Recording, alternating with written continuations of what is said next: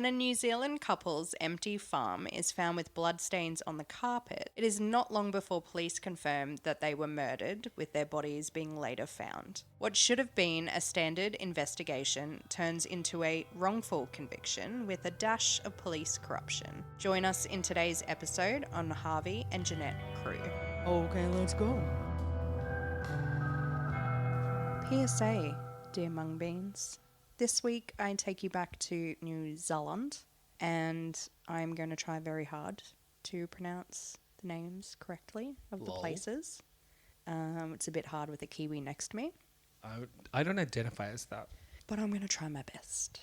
Jeannette Lenore Crewe was born on the 6th of February, 1940. And I actually think it's pronounced Jeanette.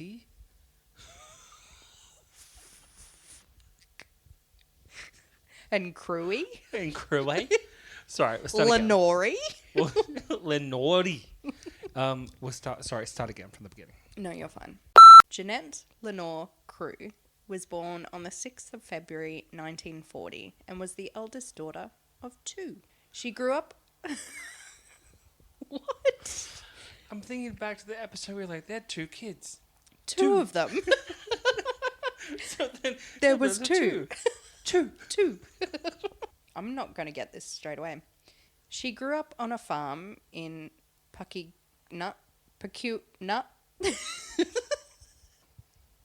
She grew up on a farm in Pukekawa, New Zealand, where she attended a local primary school and would later complete her secondary education in Auckland.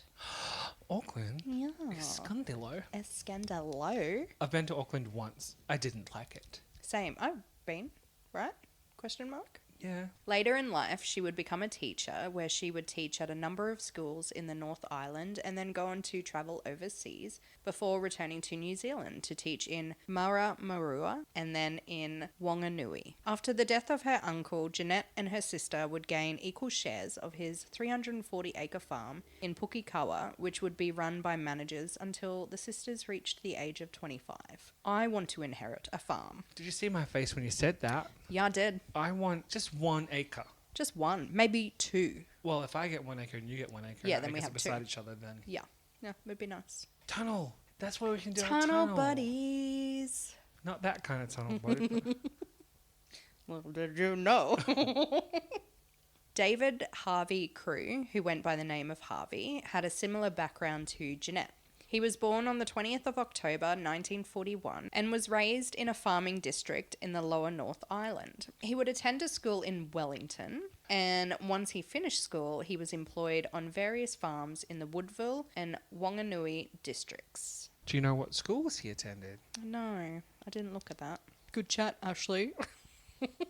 I get an NZ case and I'm saying these words and I'm just and you're like, what school? Don't know. Well, I only asked because I did my schooling in Wellington, so it would have been interesting if I knew. Maybe I'll have a look. While Jeannette was living and teaching in Wanganui, she would meet Harvey, and by June 1966, they were married. Around this time, Harvey would buy out Jeanette's sister's share of the farm they both had inherited and would now become the joint owner with his wife. Well, listen, lots of acreage, lots of places to hide a body. Oh, it ain't even what you think it's going to be. Oh. Yeah, you just wait. You see, her sister had moved and become a resident in the United States of Americas. Gross. Yeah. So this farm they were living on, it was actually adjacent to Jeanette's parents, who owned a 465-acre farm nearby. It was viewed as successful, and they ran both sheep and cattle stock. How much land did Lots. these motherfuckers have? Lots.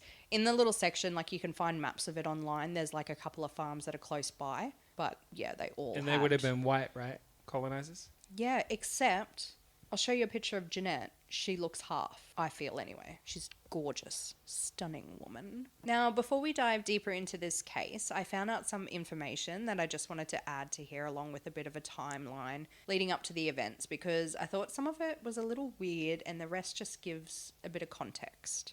So let's see what you think, dear listeners, and Mr. Voodoo. Huh? Huh? I couldn't stop. I was singing that hoax. I was like, ooh, deep. Don't worry, there's some backdoor stuff in here too. Like actual back door, or they snuck through the back door? The back door, yeah, snuck. That's not as exciting. Unless they did both. Like they snuck through the back door and then they snuck through the back door. No.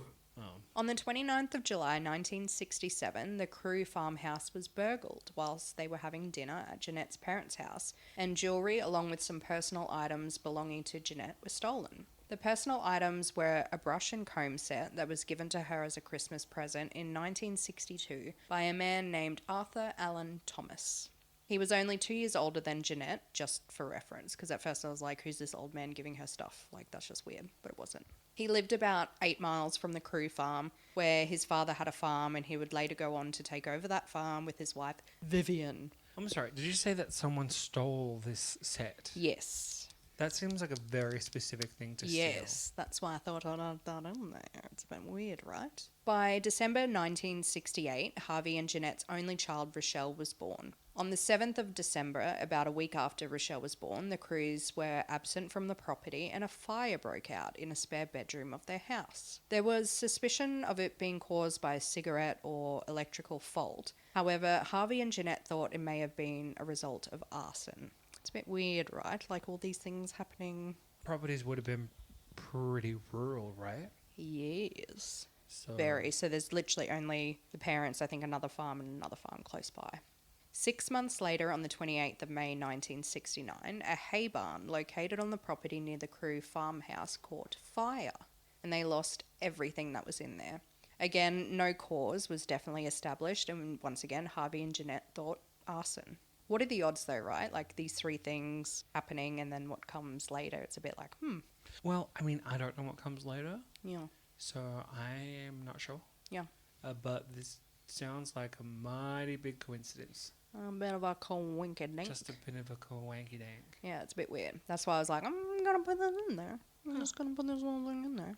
Here's another one for you as well. On the 26th of February 1970, Jeanette's mother, May Delmer, died of a brain tumour and would later pass her share of her farm over to Jeanette, as well as anything attached to her name. So how much would that have been? Well, Was that the 650? No. 465 acres. 465 acres. Yeah. So she received money, shareholdings, personal items, and her mother's car. I thought it was a bit weird because, you know, her dad is still alive, but apparently he had some financial problems and was said to be a little bit bad with money, so it seems that is why her share of everything went to Jeanette. Her daughter instead. Yeah, so he got some money as well, and obviously had shares to half the place, but she obviously was like, you're not having the whole thing because we want to leave this running. Heather, who was Jeanette's younger sister, was cut out of the will due to May being a devout Presbyterian, and she was not stoked that she married a divorced guy with 3 kids. Out of the will.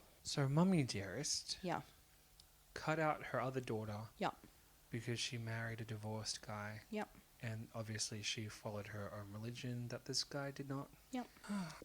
So a few things here sound a bit weird to me and may show some motives. So let's jump into the lead up, and I'm just going to give you a short rundown in date order because there's a lot to this case, so it's just, I thought I'd kind of sum it out. 18th of June 1970, a local delivery man left some milk and bread as well as the New Zealand Herald newspaper in the Crewe's delivery box at the front gate. I find that wild back in the day, they'd just drop off milk and bread. Yeah, I mean, even in my time when I was a kid, they still dropped off milk. Oh, really? Yeah. 19th of June 1970, a neighbour would later tell police that he saw a woman and a vehicle on the Crewe's property whilst he was feeding hay to his animals. I wish I could feed hay to animals. No. On this same day, about half an hour after the woman was sighted, the delivery man made another drop of bread, milk, and a newspaper and found it odd that yesterday's delivery was still in the box. 20th of June, a woman by the name of Queenie stated she saw a child in a vehicle on the Crewe's property whilst she was driving past. 22nd of June, a stock agent telephoned the Crews to organise a pickup of some sheep. However, the call was unanswered.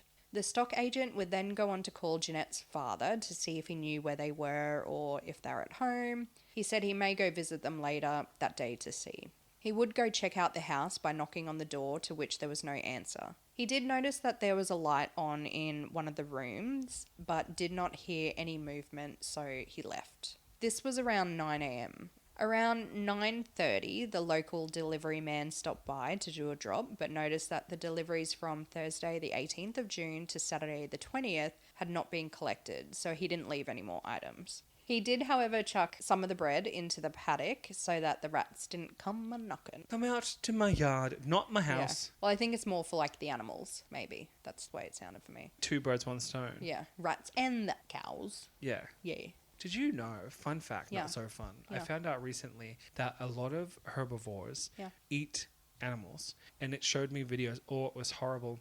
I saw a video of a deer eating a snake. No. Like, it just picked it up and started eating it. No. And I saw one of a horse, nay, nay. Like, bending over, picking up little chickies. You shut your mouth. No. And eating them. No, they don't. No, none of that happened. I'm sending you the video. No, you're not. None of that happened. You're a I'll liar. send it to Andrew, and he will show you. Yeah, he will show me. Fucking don't send it to him. No. Somewhere between 12:35 and 1 p.m, the transport company telephoned the Crewe's house several more times, again being unanswered, so they called Leonard, Jeanette's dad, to go tell him to go over to the property and tell Harvey to get his sheep ready. Get your sheep ready. It would be when Leonard entered the house via the back entry. Was this common in NZ, or like just having the back door open? Because this is the second case where they've like entered through the back door. I've got to tell you, yes. Even in our house, yeah. So we obviously have the front door and stuff, but we usually have the back door unlocked. So we would normally just walk through the back door instead of the front door. Huh. And you had to literally walk past the front door to get to the back door. Yeah. We just never used it. Huh. Interesting. So I thought, I'm like, is this a Kiwi thing or what's going on here? I think it's a Kiwi thing. It's Yeah. a poor Kiwi thing for the most part. Okay. He would then come across a rather weird scene. Weird.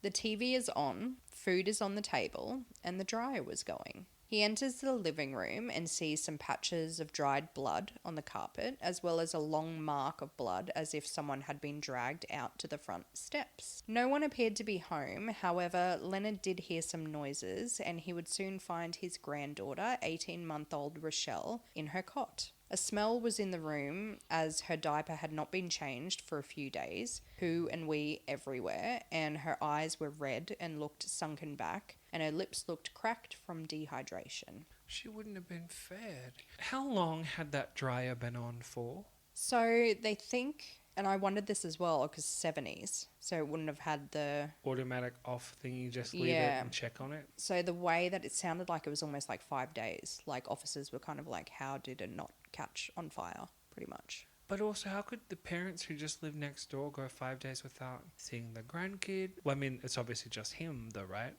They don't go and see the baby. Baby hasn't been fed for 5 days. You don't see or hear anything from them. It's all very weird. So another thing I found very weird, he stumbles across this scene, blood in the living room, obviously a drag mark, because it is like, I'll show you the photos later, it's obvious as hell. It's just dried blood. His granddaughter neglected, and before he calls the cops or get his granddaughter, he heads back home, calls back the transport company, and cancels the pickup. What? So he finds his granddaughter in the cot, doesn't even touch her. This is the real reason your dead wife left you nothing, because you're an idiot. Yeah, just weird. He then picks up his neighbour, heads back to the house, looks around, and then it's the neighbour who calls the police around 2:20 p.m. Now, just before this time as well, the neighbour also took Rochelle to a family friend nearby to be looked after. About half an hour later, Constable Wiley arrives at the house, takes a look around, and then phones Senior Sergeant Melville, informing him of the situation, because it's rural, so it's just like, yeah. Backup arrives and the house was searched, fingerprinted and photographed, and samples of the bloodstains were taken for analysis. So the house is being searched, neighbouring properties are being searched, Jeanette's sister comes back from the US, and police set their eyes on Leonard. They interviewed him on the 24th of June, asking to account for his movements between the 15th and 22nd, as the last known sighting of the couple was on the 16th.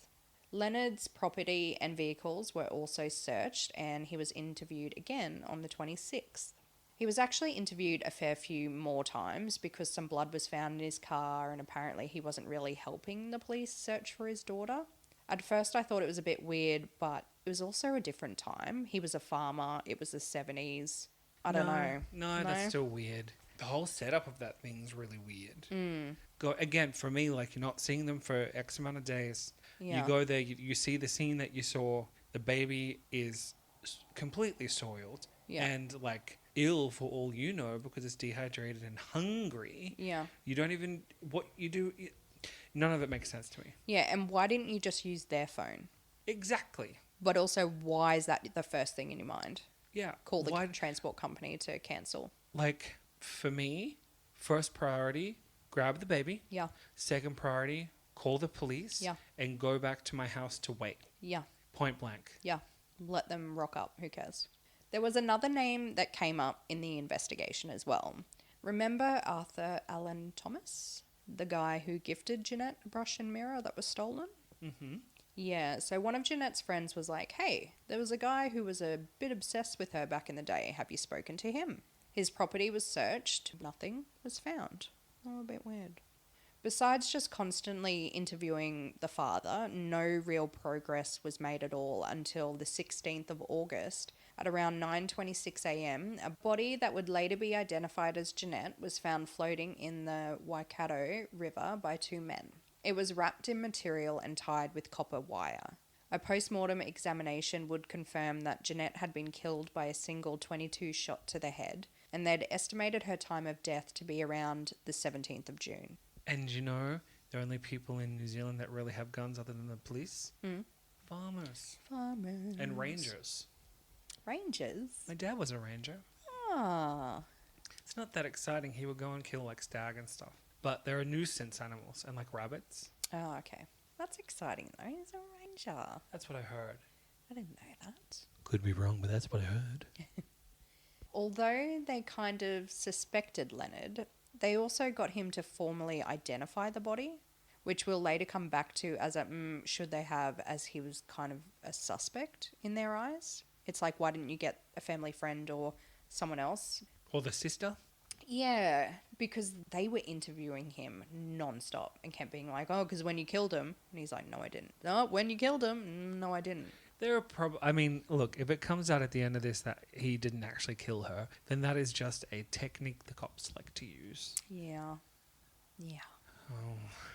Now that they were aware of Jeanette being shot, more extensive searches went underway, checking firearms throughout a 5-kilometre radius, that kind of thing. But nothing really came of it. Like, there was a lot of picking up everyone's firearms, doing testings, like it was just, yeah. Doing ballistics and stuff. All of the things. On the 16th of September, Harvey's body was located in the Waikato River.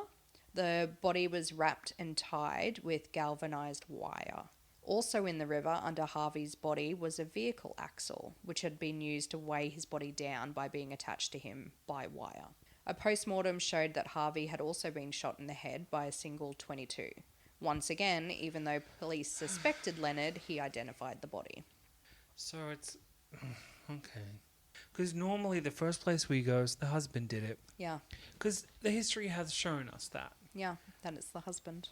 But now old Lenny's looking more guilty every time. Just you wait, doll. Just you wait. SOS, send help, I want to go. Yeah. A lot of searching went into who had owned the axle, and police tried to put it down to Arthur, even though he said he'd never seen it before. And police also collected wire samples from his farm that seems to be in good agreement to the wires found on Harvey's body, as a quote from one of the inquiries. By October 27th, another search of the outside of the Crewe's house was done, because I didn't say this before, but they did such extensive searching of the house that you can literally find photos of them as if they're like ploughing a field. Like it's literally going through searching like a few people along in a line, just like on the ground searching through. Oh, they're combing that shit. Like it was combed. But it was weird because wouldn't you know it, they found a .22 cartridge case just around near the house. And guess who it belonged to? Leonard. No. Oh, what? Arthur Allen Thomas. After some testing of the cartridge, Arthur was interviewed again by detectives and was arrested and charged with the murder of Harvey and Jeannette Crewe. But I feel like this is not where the story ends. This is not where the story ends. A trial was held on the 15th of February 1971 where Arthur pleaded not guilty, but the jury would end up finding him guilty on both counts of murder and he was sentenced to life in prison. Now, I don't know about you, but this whole case just does not sit right at all. It doesn't add up. Like the evidence, the searches, and then pinning Arthur, something feels off. Arthur did appeal as he stuck to his pleads of I didn't do it, and he'd eventually get granted a second trial on the 16th of April 1973. He was again found guilty on both counts of murder and his sentence stayed. He would continue to appeal this conviction, and by 1978 it was announced that an inquiry would be made as there was real doubt whether it can properly be contended that the case against Arthur was proved beyond all reasonable doubt. That was a quote as well. They used the old beyond reasonable doubt. Ready for this one? No. He was granted a free pardon on the 17th of December 1979 and awarded $1 million in compensation. But what? If he didn't do it, then what about the shell casing? And $1 million? How long was he incarcerated for? Nearly 10 years. Fair. $1 million if you are, I mean, I would ask for more. Yeah. If I were innocent. So it's wild, but it came out that in the Crewe homicide review, and you can find this online, and there's like a bajillion pages to it, and it's really interesting, and it's so hard to cram everything into an episode. So really, really go look at it because it's just wild. But there were a lot of shortfalls on the police's behalf. Oh, shock, horror. You see, it was found that the police failed to secure and preserve the crime scene, which led to contamination. Scene management and security was less than adequate. Exhibit management was less than adequate. And interviews were poorly recorded or just not recorded or documented in the investigation file. They also made note that the police were too focused on Leonard, that it led them to not look into anyone else at such an early stage of the investigation at the most crucial time. In the inquiry, there was also talk about whether Rochelle was fed for the 5 days. Just because the state that she was in, like, yes, she looks like, you know, but it's kind of like, would you survive? Like a toddler, a little child? Well, I look at it this way. How long do they say a human can go without food for before dying? I'll never know. Quite a while. Yeah. So you have a lot of fat reserves. However, without water, apparently it's, I think they said, like 72 hours, I think. Yeah, that's why everyone was kind of like, There was also questions as to why the police did not search for the woman and child allegedly seen on the property, because they didn't do that, even though a few people said they saw some vehicles there and some other people in the property. There's also a whole chapter about corruption allegations. Police? The police. Some of the corruption included police evidence being destroyed. Oh, and remember the bullet casing that was found at the Crewe home? Yeah. Yeah, that was planted by police as they found it had been switched deliberately and some evidence had been faked too. In 2010, Rochelle Crewe approached the police commissioner and raised her concerns about the 1970 police homicide investigation into the death of her parents. She specifically questioned what action had been taken by police after Arthur Thomas had been pardoned, and why Bruce Hutton and Lenrick Johnson had not been prosecuted when the RCOI had found that they had corruptly fabricated evidence. They were the two detectives obviously working on the case. To this day, police have not found who murdered Jeannette and Harvey Crewe, and no progress has been made. There are heaps of theories out on the internet, and I really suggest you dive into this one and have a look at the review and let us know what you think, because there are so many pieces to this. And on that note, dear mung beans, that was the murder of Harvey and Jeannette Crewe. Dun dun dun. And the police who fabricated the shit were never charged. Listen, you do hear a lot of stories about police corruption, and obviously that can infiltrate any country, any police force, anything. There's no limitation to how far corruption can go. But there's a part of me that thinks that was the result of sloppy police work who couldn't finalize the case, couldn't figure out who it was. So to close the case, because no one wants a cold case or wants an open case. Yeah. So to close it off, I think that, yeah, they probably did turn to fabricating evidence so that they could pin it on someone, but that's fucking dirty. Yeah. Well, at the start, they literally did not look at anyone else but the father. No one else. I mean, Daddy does seem a little guilty. I know. It did seem a bit suspicious. Where was her sister in all this? They did think that maybe she was the woman that was on the property, but they looked at documentation and she was overseas. She was cleared because she was still in the US. It definitely wasn't her. So they think maybe this woman could have gone to the house and was maybe feeding Rochelle. Like, they don't know. Like, was she feeding or just giving some water? Like, it's 5 days. There's just so much to this. Like, it is wild. Like, who killed them? And I'm pretty sure when Rochelle found it, like, asked the police what's going to be done, they said they weren't going to open it. It was just kind of like a meh. And it's funny, not funny, but pretty sure the Lundy murders were talking about police corruption. Yeah. And then boom, corruption in Zid. Crazy. Wild. But yes, let us know who you think did it. Have a look into it.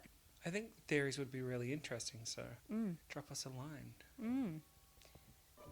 On that note, dear mung beans.